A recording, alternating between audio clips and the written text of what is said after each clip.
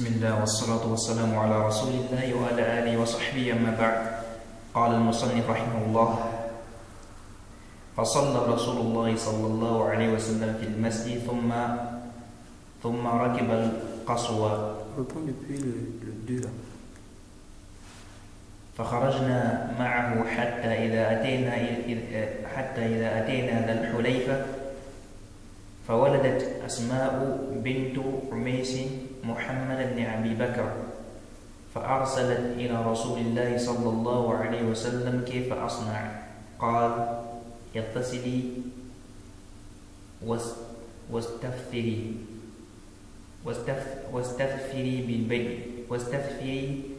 بثوب وأحرمي. واستثفري بثوب وأحرمي. نعم. بسم الله والصلاة والسلام على رسول الله أما بعد. Donc on est toujours sur la description du Hajj, n'est-ce pas, du prophète Mohammed sallallahu alayhi wa sallam, qui a été rapporté par Jabir. Donc le cheikh est toujours sur ce hadith. Donc dans le hadith, Jabir dit: nous sommes donc sortis avec le prophète jusqu'à arriver à Dhul Hulayfa. On a dit que Dhul Hulayfa c'est le miqat des gens de Médine. Donc il a dit Asma bint Umays a accouché. Elle a accouché. Et on a dit que Asma c'était la femme d'Abu Bakr.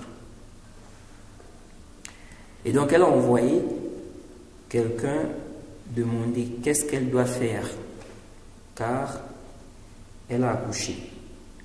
Et le prophète lui a dit de se laver et de se couvrir, en fait, de couvrir la nudité avec un thawb et d'entrer en état de sacralisation.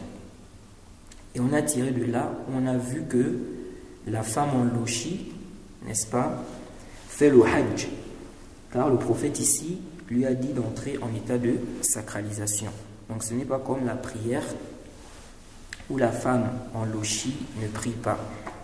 De même, celle qui est en menstru, elle fait aussi le hajj. Mais, comme on avait vu, elle évite le tawaf. Elle ne fait pas le tawaf jusqu'à ce que elle va faire quoi? Jusqu'à ce que les menstrues vont terminer. Ou bien les lochis. Après, il y a une grande question que les savants traitent aussi. Est-ce que la femme en menstrue peut quand même faire le tawaf? Comme ça, on va dire que c'est darura. Par exemple, dans le cas où les gens qui sont venus avec elle de voyage veulent retourner. Certains savants ont autorisé ça et d'autres non. Bref, dans ce hadith ou dans cette partie du hadith, on voit qu'il est légiféré de se laver avant d'entrer en état de sacralisation. C'est parmi les choses préférables. Le prophète lui a demandé de se laver et pourtant elle est en lochi, autre qu'elle, a fortiori, il se lave aussi. Et c'est rapporté par Al-Bazzar, le hadith ou le athar d'Ibn Omar. Il a dit quoi? Il a dit: Mina sunnati an yaghtasila ar-rajulu idha arada an yuhrima. Mina sunnati an yaghtasila ar-rajulu idha arada an yuhrima. Il a dit ça fait partie de la sunna de se laver pour celui qui veut faire quoi? Celui qui veut entrer en état de sacralisation. Donc celui qui va faire la umrah ou bien le hajj, ça fait partie de la sunna de se laver avant d'entrer en état de sacralisation. Donc la personne arrive au miqat, il y a des douches là-bas, la personne peut se laver. Et généralement, les gens se lavent là-bas, ils se lavent, ils mettent les habits du ihram, ils se lavent, ils mettent les habits du ihram et ils prient. Donc, la personne peut se laver là-bas ou bien avant. Ça dépend d'elle. Donc, la personne se lave, elle se nettoie. C'est mieux. Hein? C'est mieux d'aller se laver à la maison ou au Mika. Non, c'est pas ça, ça dépend de la personne. Si la personne veut, elle peut se laver, n'est-ce pas, depuis chez elle. Si elle veut, elle va jusqu'au Mikot là-bas, elle va se laver là-bas. Cette histoire-là s'est produite au Mikot. Donc, on lui a demandé de se laver à cet endroit. Mais est-ce que ça veut dire que il faut forcément se laver là ou bien c'est meilleur? Non. Donc, tu te laves bien. Tu peux aussi te parfumer. Ok, c'est permis, c'est venu également dans le Sahih. Aïcha dit qu'elle parfumait le prophète avant qu'il n'entre en état de sacralisation. On va voir. Hein? C'est laver Ghusl Janaba, comme le Ghusl Janaba. Non, tu te laves simplement. Les gens qui arrivent au Miracle, là, ils font le Ghusl Janaba, là, c'est... Non. Tu te laves, c'est pour la propriété, c'est pas Ghusl Janaba. J'ai pas la manière qui se lave. Quand on rapporte du prophète qui faisait le ghusl, bon, il y a cette description-là. Mais sinon, ce qui est demandé, c'est de se laver simplement.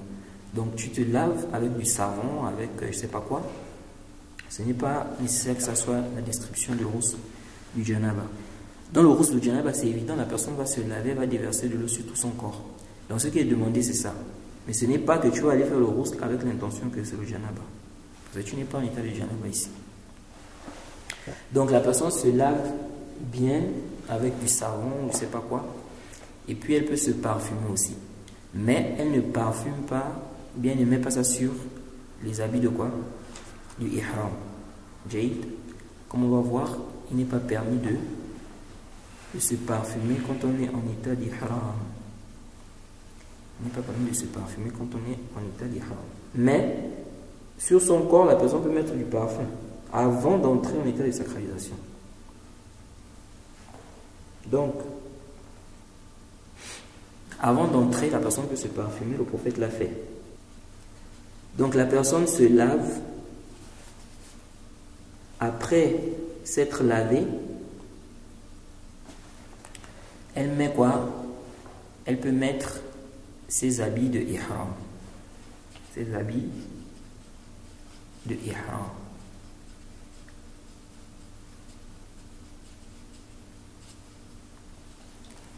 Les habits du ihram, l'homme met quoi? Il met le izar et puis le rida.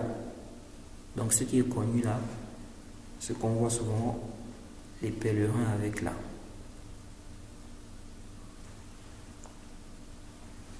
Ça c'est pour l'homme. Ça c'est pour qui? L'homme. Et donc en bas, il sera quoi? Nu. Il n'aura rien en bas parce que, comme on va voir, il n'est pas permis de porter des vêtements cousus quand on est en état d'ihram, lorsqu'on est en état de sacralisation. Dans l'état de sacralisation, on ne porte pas des vêtements cousus qui adoptent la forme du corps ou bien du membre, comme les caleçons, les slips, tout ça. La personne va enlever cela. Donc la personne est nue seulement avec son izar et son quoi? Son rida. C'est-à-dire qu'en bas elle est nue. Ça c'est pour l'homme. Ça c'est pour l'homme. Maintenant la femme. Est-ce que la femme aussi met cela? Non. La femme peut mettre des vêtements de son choix. Des vêtements de son choix, la couleur qu'elle veut, n'est-ce pas, le vêtement qu'elle veut. Mais elle doit être, n'est-ce pas, bien couverte. Elle doit s'habiller conformément à la législation. Sauf qu'elle ne va pas mettre quoi? Le niqab. Lorsqu'elle va entrer en état de sacralisation. Elle ne va pas mettre quoi? Le niqab, parce que dans le Sahih al-Bukhari, le hadith d'Ibn Omar, Le prophète a dit la tantaqibil mar'atu muhrima wa la talbasi al-kuffazayn. Jaïd. Le prophète a dit quoi? La tantaqibil mar'atu muhrima wa la talbasi al-kuffazayn.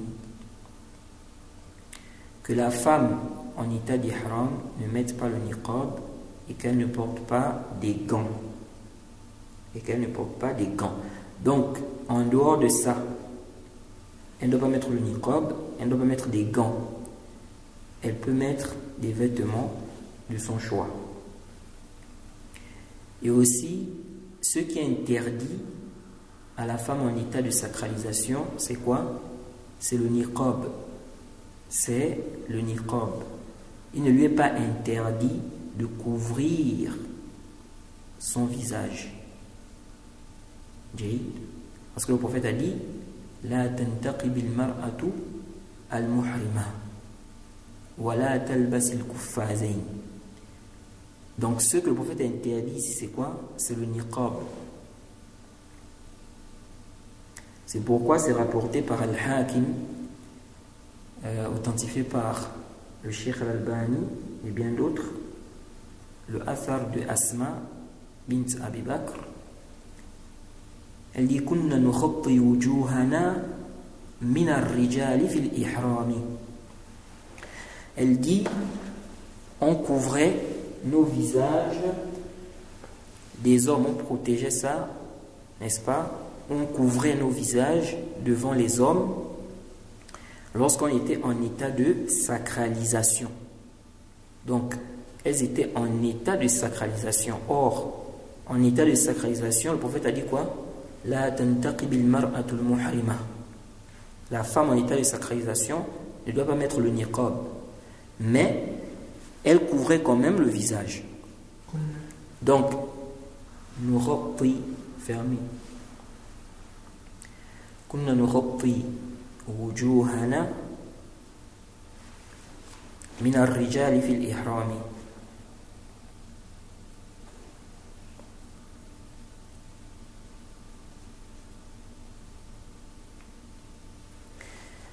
Donc, ce qui est interdit, c'est quoi?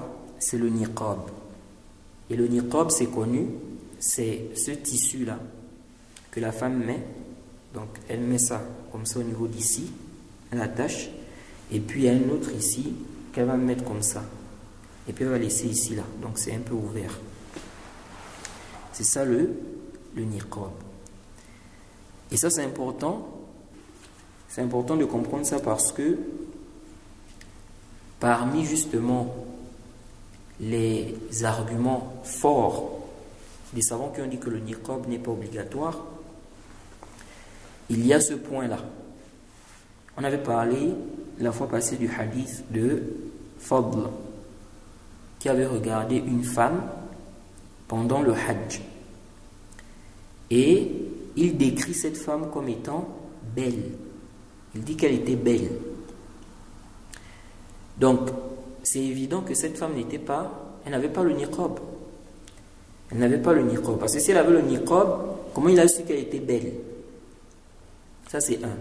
Deux, il a regardé, le prophète enlevait son visage. Il la regarde, le prophète enlève son visage. Donc, c'est évident, elle n'avait pas le niqab. C'est évident, elle n'avait pas quoi? C'est évident, elle n'avait pas le niqab, elle n'avait pas, n'est-ce pas, le visage voilé.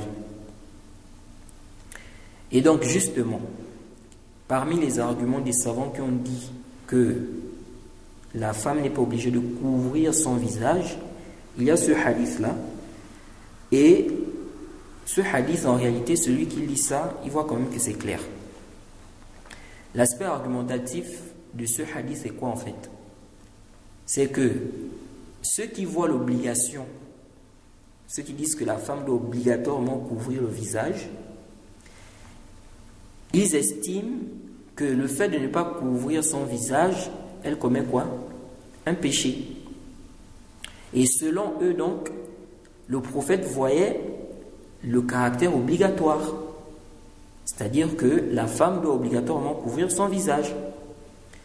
Alors, si le prophète voyait que c'est obligatoire, cette femme était en train d'éprouver Fadl, qui lui la regardait.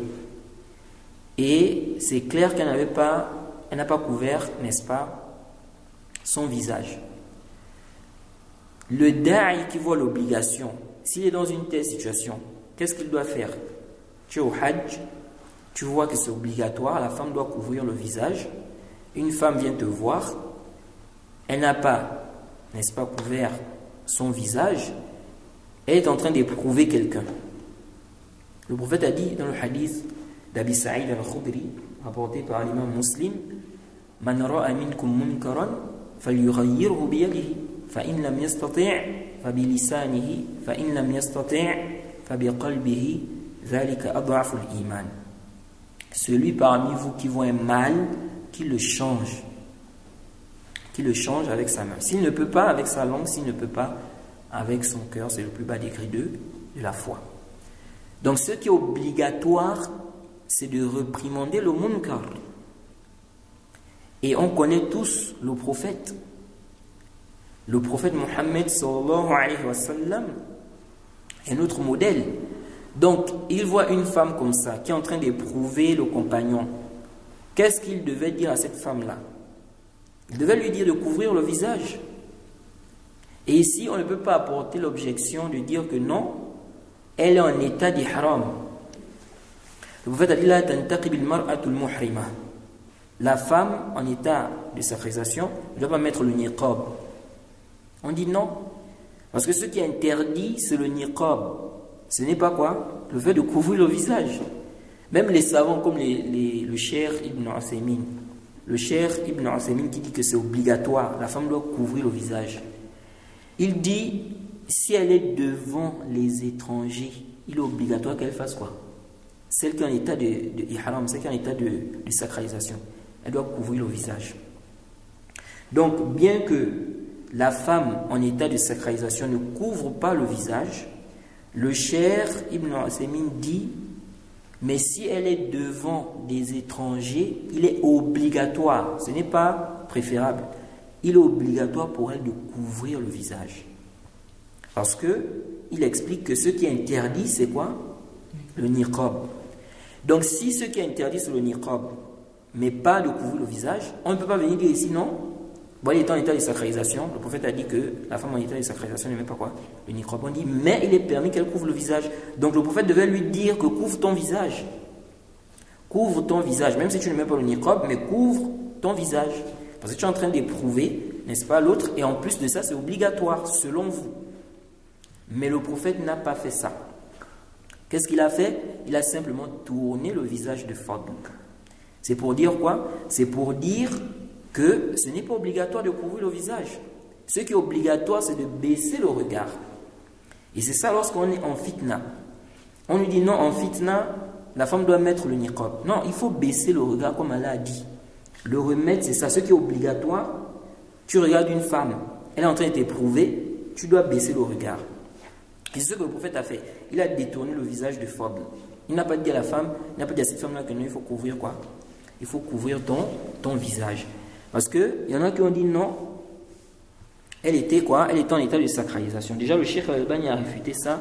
Il a démontré qu'elle n'était même pas en état de sacralisation. Mais même si on suppose qu'elle était en état de sacralisation, il n'est pas interdit de couvrir le visage. Ce qui est interdit, c'est le niqab. Pourquoi le prophète ne lui a pas dit couvre ton visage? Alors que le prophète, n'est-ce pas, réprimandait le munkar. Elle couvre le visage comment ça, le niqab? Elle couvre le visage comment ça, le niqab? Ce qui est interdit, c'est le niqab. Parce que le niqab, on a le niqab et on a aussi ce que tu peux utiliser pour couvrir le visage qui n'est pas un niqab. Par exemple, il y a des femmes qui ont des grands voiles et elles peuvent faire descendre ça pour couvrir son visage. Ça, c'est pas le niqab. Le niqab, il est détaché de quoi? Du voile. J'ai expliqué c'est quoi le niqab là tout à l'heure. Le niqab est détaché du voile. Ça veut dire que la femme met son voile, ensuite elle prend ça, elle met ce qui va couvrir, et puis ici là c'est quoi? C'est ouvert. Mais il y a des voiles qui viennent avec des trucs pour couvrir le visage. La femme fait simplement descendre ça. Ça c'est pas le niqab. Le niqab c'est détaché. C'est parmi les arguments qui sont forts des savants qui ont dit que ce n'est pas quoi obligatoire que la femme couvre le visage. Et justement, ce point-là est important, de savoir que l'interdiction, c'est l'interdiction du niqab, pas l'interdiction de couvrir quoi le visage. Donc, la femme en état de sacralisation peut mettre des vêtements qu'elle veut, tant que ça respecte, n'est-ce pas, les conditions qui sont venues dans la législation. Mais elle ne doit pas mettre le niqab, elle ne doit pas mettre les gants. Quant à l'homme, il met ce qu'on appelle le izar et le rida. Et ce vêtement-là est connu. Donc, après s'être lavé, si la personne veut, elle se parfume, il n'y a pas de problème. Après tout ça, elle met ses habits du ihram. Les habits du ihram là, la personne peut mettre ça aussi avant d'arriver au miqat. Il n'y a pas de mal aussi. Jaïd. La personne peut mettre ça avant d'arriver au miqat, comme beaucoup d'étudiants font là. Souvent ils quittent depuis l'université. Ils quittent depuis l'université avec quoi? Avec les vêtements du ihram. Donc soit la personne met ses vêtements avant, soit elle va mettre ça au niveau du miqat. Mais elle ne doit pas dépasser le miqat avec quoi? Avec des vêtements cousus. Parce qu'une fois elle va dépasser le miqat, en principe on suppose qu'elle est entrée en état de sacralisation. Parce que la personne entre en état de sacralisation au niveau du miqat. Donc si elle dépasse le miqat, elle doit être avec son habit du ihram. Ceux qui voyagent aussi par avion, ils peuvent aussi mettre le vêtement du ihram avant d'arriver au miqat. Comme c'est par avion, généralement ils vont passer par là. Il n'y a pas escale, comme par exemple celui qui est en voiture qui peut s'arrêter au miqat. Donc il met ça avant pour ne pas dépasser le miqat avec quoi? Avec des vêtements cousus et non le vêtement du ihram. Jaïd. Donc voilà un peu ce qu'il faut faire avant le ihram. Naam. فصلى رسول الله صلى الله عليه وسلم في المسجد ثم ركب القصوى فصلى رسول الله صلى الله عليه وسلم في المسجد ثم ركب القصوى حتى إذا استوت به ناقته على البيداء أهل بالتوحيد لبيك اللهم لبيك لبيك لا شريك لك لبيك إن الحمد والنعمة لك والملك لا شريك لك. Naam. Donc Jabir nous dit, le prophète a prié à la mosquée. Donc au niveau du miqat là-bas, à Dhul Hulayfa, donc le miqat des gens de Médine, il y a une mosquée là. Tu connais la mosquée là, non? La mosquée qui est au miqat là-bas. Naam. Donc le prophète a prié là. Jaïd. Maintenant ici, il a prié. Il a prié quoi? Il a prié quoi? C'est venu dans le Sahih Muslim, d'après Ibn Abbas, que le prophète a prié Zuhr. Ensuite, il est monté sur sa chamelle. Donc, quelle est la prière que le prophète a priée là, à la mosquée là? C'était la prière obligatoire, la prière de Zuhr. C'est important de comprendre ça. Ça, c'est venu dans le Sahih Muslim, d'après Ibn Abbas. Pourquoi? Parce qu'il y a des gens qui croient qu'il y a une prière du ihram. une prière pour l'état de sacralisation. C'est pourquoi tu vas voir que beaucoup de gens, lorsqu'ils vont là-bas au Miqat, après s'être lavés, ils entrent à la mosquée pour faire 2 rak'ah. Ils entrent à la mosquée pour faire 2 rak'ah. Et beaucoup croient que on a 2 rak'at pour le ihram. Mais ça, ce n'est pas sahih. Il n'y a pas de prière spécifique pour le ihram. Non, si tu rentres à la mosquée, avant de t'asseoir, oui, tu fais 2 rak'at, comme c'est venu dans le hadith, dans le sahih, le hadith d'Abi Qatada. إذا دخل أحدكم المسجد فلا يجلس حتى يصلي ركعتين. Si l'un d'entre vous entre à la mosquée, il ne doit pas s'asseoir avant de prier quoi? 2 rak'at. Na. Donc si tu rentres, avant de t'asseoir, tu fais 2 rak'at. Mais si tu trouves que les gens sont déjà en train de prier la prière obligatoire, khalas, tu entres directement dans la prière obligatoire. Il n'y a pas 2 rak'at à faire pour le ihram. Donc le prophète a prié ici la prière de Zuhr. C'est pourquoi le hajj du prophète n'a pas seulement été relaté par Jabir. Plusieurs compagnons ont parlé du hajj du prophète. Mais Jabir ici, on va dire peut-être c'est son hadith qui est le plus long. C'est pourquoi il faut regrouper les riwayat qui sont venus nous décrire le hajj du prophète. Parce que Jabir, en mentionnant comment le prophète a fait le hajj, il y a des choses qu'il a omis de mentionner ou des choses qu'il n'a pas mentionnées. Donc on regroupe toutes les riwayat afin de mieux comprendre. Donc ici, là, si quelqu'un lit ça comme ça, il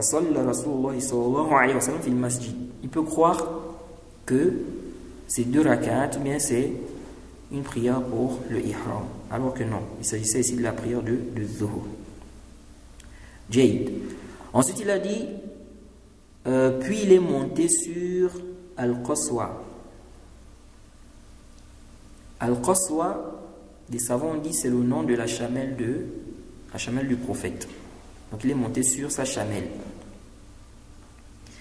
Jusqu'à ce que la chamelle soit, n'est-ce pas, à un endroit à l'air libre, au désert. Et là, il a fait quoi? Et là, il a fait la talbiya. Et là, il a fait la talbiya. Bon. Ici, là, à quel moment on commence à faire la talbiya, là? La baik, Allahumma la baik. On peut dire que il y a une riwaya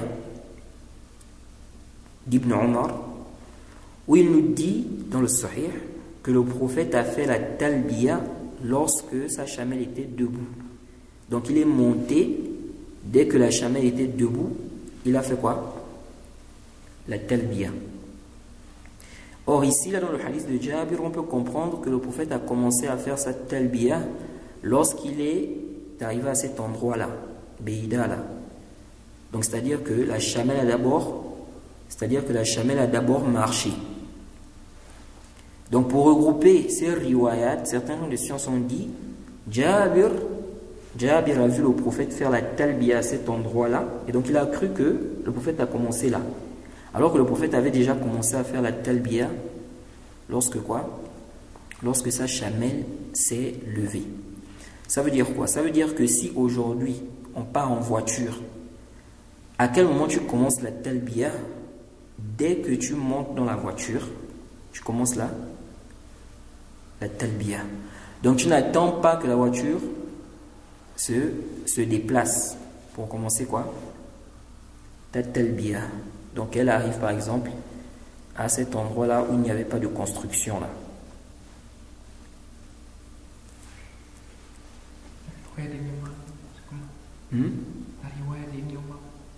Oui, il dit que le prophète a fait la talbiya lorsque sa chamelle s'est mise debout.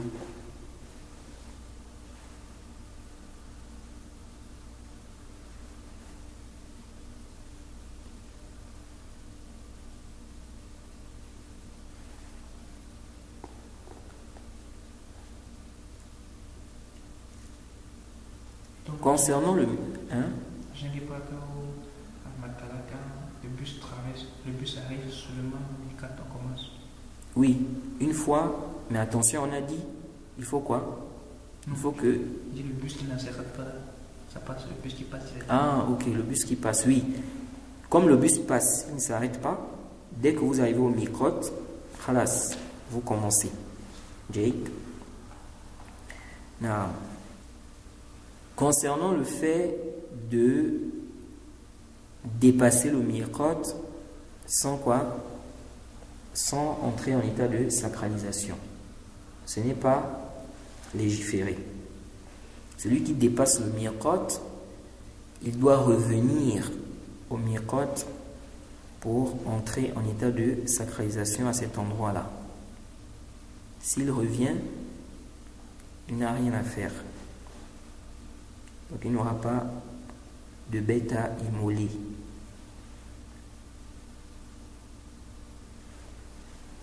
Donc c'est-à-dire pour compenser ça. S'il n'a pas la possibilité de venir. Comment s'il n'a pas la possibilité? Il part dans le bus, il s'est endormi, après qu'il arrive à Makkah, il se rappelle qu'il n'a pas fait. S'il ne peut pas, ok, khalas. S'il ne peut pas, s'il peut, il doit revenir. Mais s'il ne peut pas, khalas, il va entrer en état de sacralisation là-bas, Jade. Ensuite, la talbiya, est-ce que c'est obligatoire? Donc, récitez ça. Labbaik Allahumma labbaik. Labbaik la sharika laka labbaik. Jusqu'à la fin. Les savants ont divergé par rapport à cela. Mais le zahir, c'est l'obligation. C'est rapporté par Abu Daoud, Tirmidhi, Nasa'i, Ibn Majah, Ahmed, attention pour le Cheikh Al-Albani. Le prophète a dit que Atani Jibril فأمرني أن آمر أصحابي أن يرفعوا أصواتهم بالإهلال والتلبية بالتلبية والإهلال. Il dit que Jibril lui a d'ordonner ses compagnons d'élever la voix en faisant quoi? La talbiya. Donc, c'est un ordre ici d'élever la voix lorsqu'on fait quoi? La talbiya. Le zahir, c'est qu'on doit obligatoirement faire la talbiya.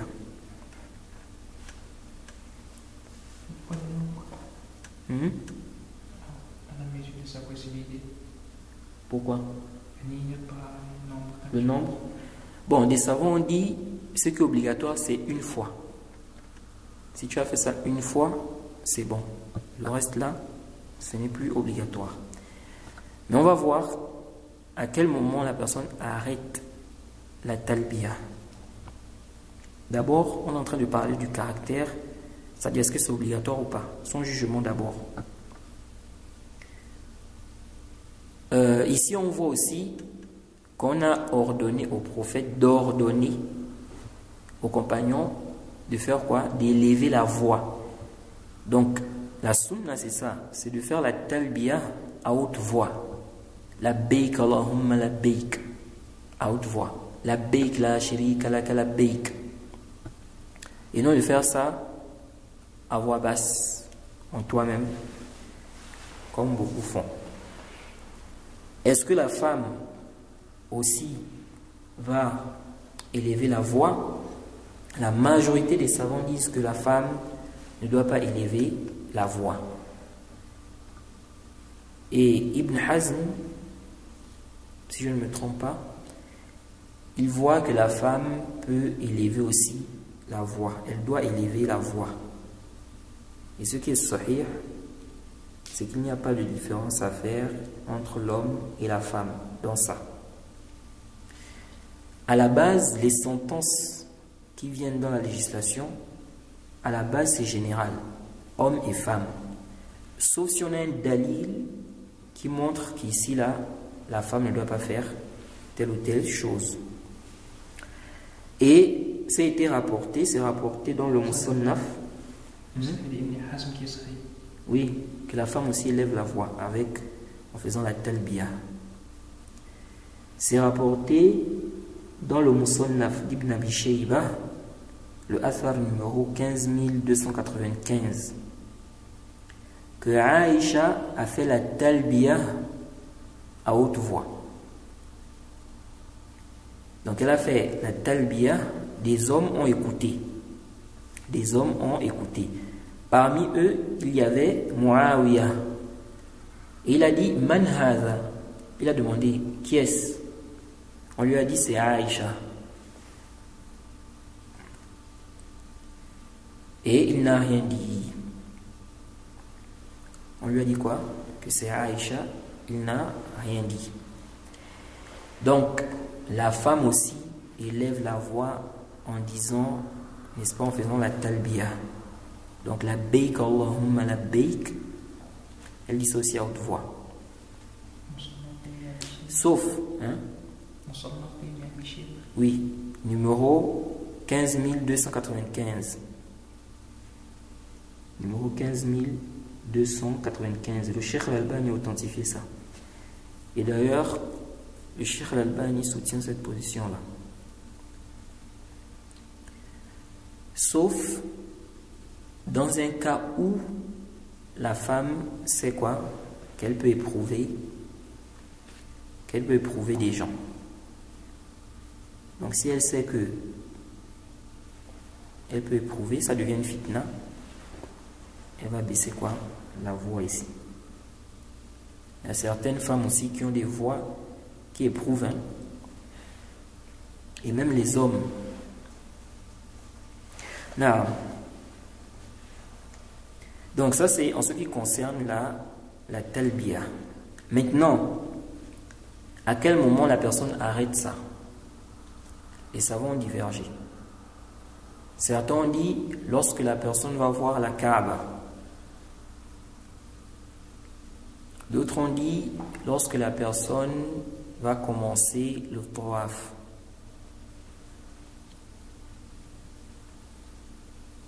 Donc jusqu'à ce que la personne touche, jusqu'à ce que la personne touche la pierre noire. Comme on va voir. Ça c'est pour celui qui fait quoi? La Umrah. Maintenant, la question, c'est une question, on peut dire que elle est large. Mais on peut dire que la personne arrête lorsqu'elle va commencer quoi? Le tawaf, parce que quand tu vas commencer le tawaf, tu vas faire d'autres adhkar, d'autres, n'est-ce pas? D'autres choses en fait, tu seras occupé avec d'autres choses. Ça c'est pour celui qui fait quoi? La Umrah. Maintenant, celui qui fait le tamattu', il va reprendre la talbiya, n'est-ce pas? Le 8. Donc quand il va entrer en état de sacralisation, pourquoi? Pour le hajj. Parce qu'on a dit que le tamattu', celui qui fait le tamattu', il fait quoi? Le hajj, il reste après le ramadan. Non, pas le hajj. Il fait la umrah, il reste l'attend. Non. Et la umrah, il peut commencer à faire ça quand? Donc, lui là, il va faire la umrah dans les mois du hajj. Ensuite, il va se désacraliser. Jaïd. Donc, il va reprendre la talbiya le 8. Maintenant, celui qui fait comment on l'appelle? Le ifrad, lui là, il va arrêter la talbiya lorsqu'il va lapider Jamratul Aqaba. Et ça va venir, on va parler de cela. Là, il va arrêter. De même, le qarin aussi, celui qui fait le qiran. Naam. Et j'ai oublié de dire cela. Ici, là, il y a un ajout qui est venu dans le Sahih al-Bukhari, que le prophète a dit Alhamdulillahi wa subhanallah Allahu Akbar, avant de dire la baik Allahumma la baik. Jayd. Ça c'est venu dans le Sahih al-Bukhari, et Ibn Hajar dans le Fath au tome 3, à la page 412, il dit très peu de personnes font allusion à ça, alors que c'est venu de façon authentique et claire. Très peu de personnes. Donc au début, oui, le prophète a dit Alhamdulillah wa subhanallah wallahu akbar. Alhamdulillah wa subhanallah wallahu akbar. Donc après avoir dit ça, il a fait quoi? Il a dit Labbaik Allahumma labbaik, labbaik la sharika laka labbaik, innal hamda wa ni'mata laka wal mulk la sharika lak.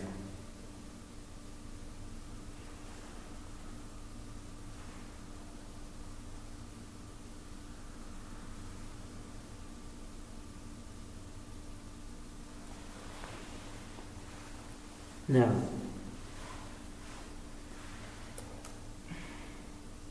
وأهل الناس بهذا الذي يهلون به فلن يرد رسول الله صلى الله عليه وسلم عليهم شيئا منه. نعم. Donc le cheikh continue. Donc Jabir ici dit quoi? Il dit que les gens se mirent à proclamer l'unicité d'Allah à travers donc la talbiya. Il dit que les gens proclament là, ou que les gens citent, que les gens mentionnent. Et le prophète n'a pas blâmé cela. C'est-à-dire que des compagnons ont ajouté des propos dans la talbiya, et Jabir dit quoi? Que le prophète n'a pas blâmé cela. Donc il a approuvé ces ajouts-là. Mais nous disons, ce qui est mieux, c'est de faire ce que le prophète a fait ici. Comme on va voir, Jabir va nous dire que le prophète est donc resté, il a continué sa talbiya là. Donc le mieux, c'est de se limiter à cela. Mais si quelqu'un ajoute en faisant ce qui a été rapporté de certains compagnons, il n'y a pas de mal.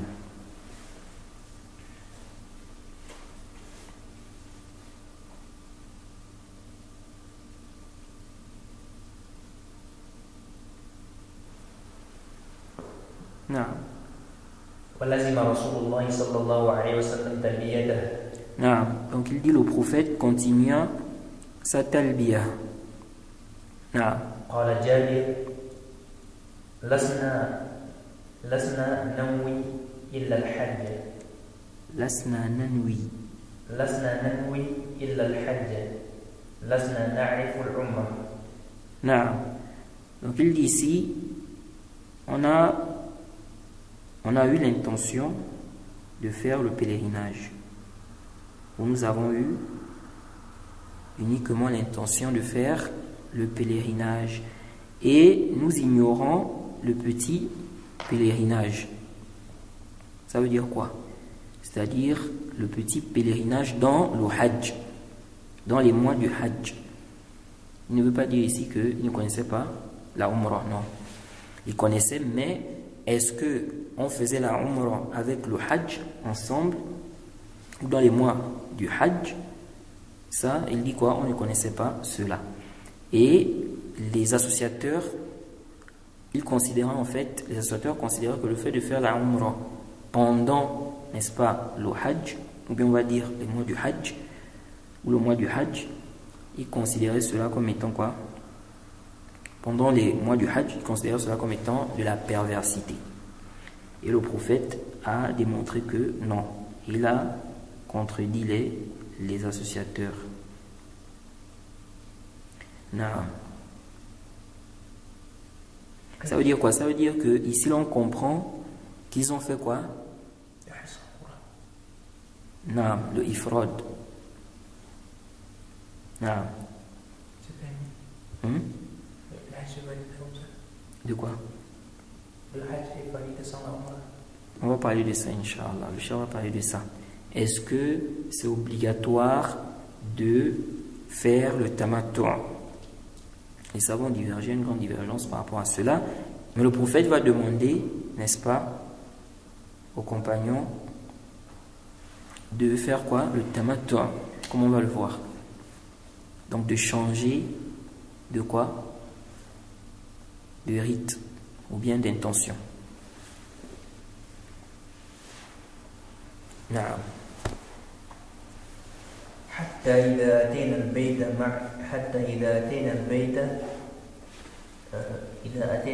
المعدة. Ah, ça c'est une erreur de copie. C'est ma'ahu. حتى إذا أتينا البيت معه استلم الركن. نعم. Ensuite Jabir dit, ensuite nous atteignîmes, n'est-ce pas, la maison sacrée, ou bien on va dire la Kaaba. Jaïd. Et qu'est-ce que le prophète a fait? Il a touché un rukn. Un rukn ici là, c'est la pierre noire. Jaïd. Comme les gens de science ont dit, ils ont dit un rukn parce que c'est placé dans un coin. Donc, quand le prophète est arrivé, qu'est-ce qu'il a fait? La première chose qu'il a eu à faire, c'est quoi? Il a touché la pierre noire. Jaïd. Donc celui qui va faire la Umrah, par exemple, dès qu'il arrive, qu'est-ce qu'il fait? La première chose, il va toucher quoi? La pierre noire. Et on va voir aussi qu'il peut embrasser ça aussi. Ou bien embrasser sa main qui a touché la pierre noire. Ou son bois qui a touché la pierre noire, comme on va voir. La pierre noire, c'est connu. C'est une pierre en fait, qui est en réalité une pierre du paradis. Il y a des gens qui ne savent pas ça. La pierre noire est une pierre du paradis, comme c'est venu dans des hadiths. Et c'est descendu du ciel. Et c'est descendu tout blanc. La pierre noire là, c'était quoi? La pierre noire là n'était pas noire comme ça. C'était tout blanc. Mais, donc comme la neige, comme le prophète a dit, les péchés des gens ont fait que ça devienne noir. Ce sont les péchés des gens qui ont fait que cette pierre-là devienne comme ça noire. Donc cette pierre-là est une pierre du paradis en fait. Maintenant, cette pierre, bien évidemment, elle n'apporte pas un bien, elle ne repousse pas un mal. Comme c'était rapporté de Omar dans le Sahih. Il a dit quoi? Il a embrassé cette pierre. Il a dit Inni a'lam annaka hajar la tanfa' wa la tadur lawla anni ra'aytu an-nabiyya sallallahu alayhi wa sallam yuqabbiluka ma qabbaltuka. Il dit, je sais que tu n'es qu'une pierre.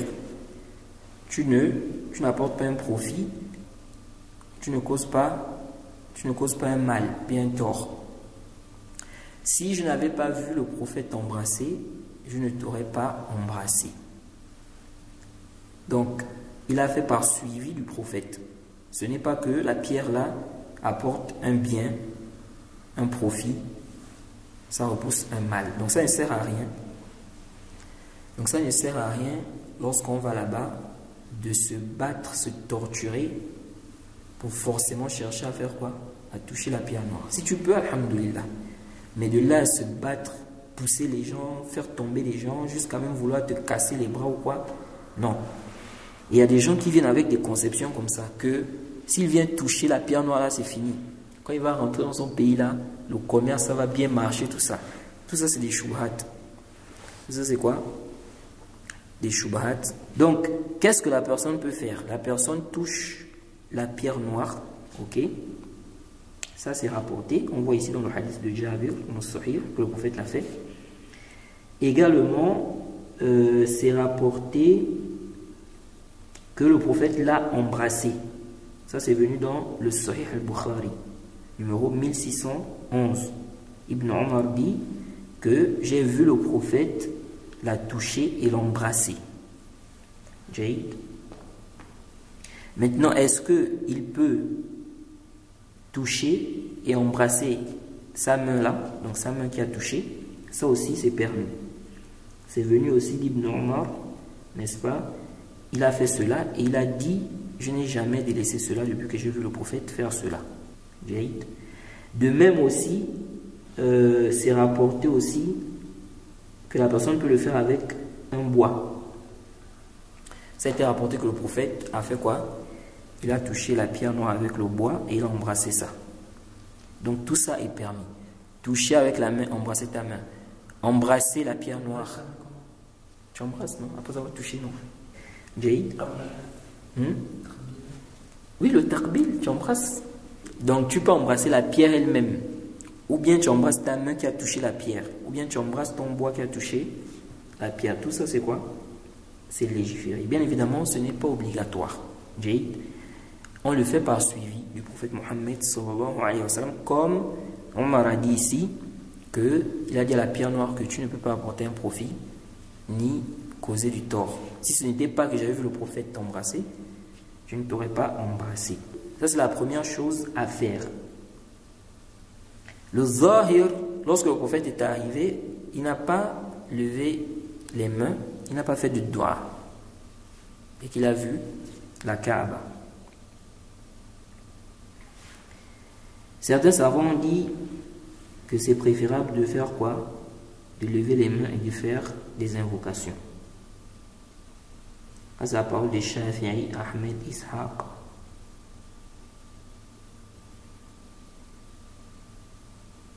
Il y a un hadith disant qu'on lève les mains, n'est-ce pas, lorsqu'on voit la Kaaba. Mais ça, c'est daïf. Là, c'est.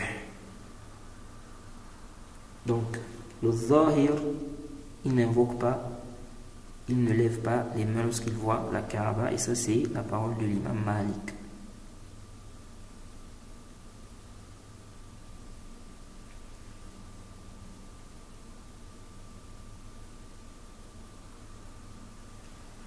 Lever les mains, faire l'invocation en ruk. Au niveau du ruk. Dès que tu vois la Kaaba, lorsque tu vois la Kaaba, tu lèves les mains et tu fais dua, on dit non. Maintenant, on va voir quand tu vas commencer à faire le tawaf, ce qu'il faut dire. Et là où tu dois commencer. Jaïd. Mais en voyant la Kaaba seulement, il n'y a pas d'invocation à faire, il n'y a pas de dua à faire. Non. Et aussi, non, ça on va parler de ça après. Non, ensuite le prophète a fait 7 tours, n'est-ce pas? Il a fait ce qu'on appelle la circumambulation, donc le tawaf. Il a fait 7 tours. 7 tours. Il n'est pas légiféré de faire plus de 7 tours pour un seul tawaf, ni de diminuer. Donc tu ne dois pas faire par exemple 3.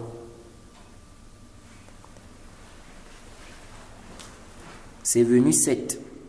Donc tu fais 7. C'est comme la prière. C'est comme la prière, on dit par exemple Zuhur 4 rak'at. Tu ne dois pas faire moins que ça. Donc ce sont des chiffres qui sont venus dans les textes. On ne doit pas modifier ça. Donc ici, le prophète a commencé le tawaf. Je crois qu'on va d'abord s'arrêter là.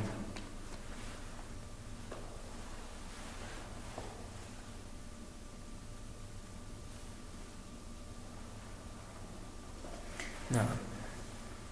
Il n'y a pas de questions.